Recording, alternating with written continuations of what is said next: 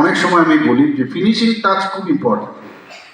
Building বানালাম, অনেক জায়গায় যাই, ত্রিপুরার বিভিন্ন জায়গায় যেতে হয়, প্রথমে আমি বাথরুমগুলো দেখি।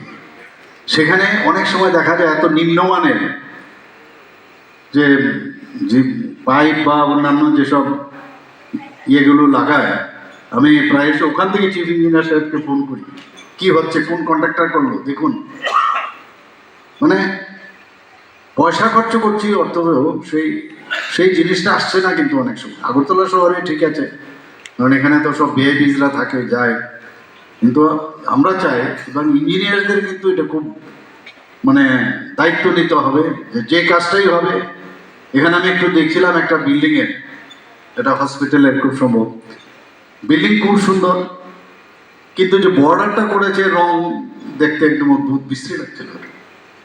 মানে যেখানে আজকে ভ্যালু এডেড প্রোডাক্ট আমরা তৈরি করি, ভ্যালু এডেডের প্যাকেজিং সিস্টেম এত সুন্দর না হলে বাজারেও বিক্রি করা যায় না।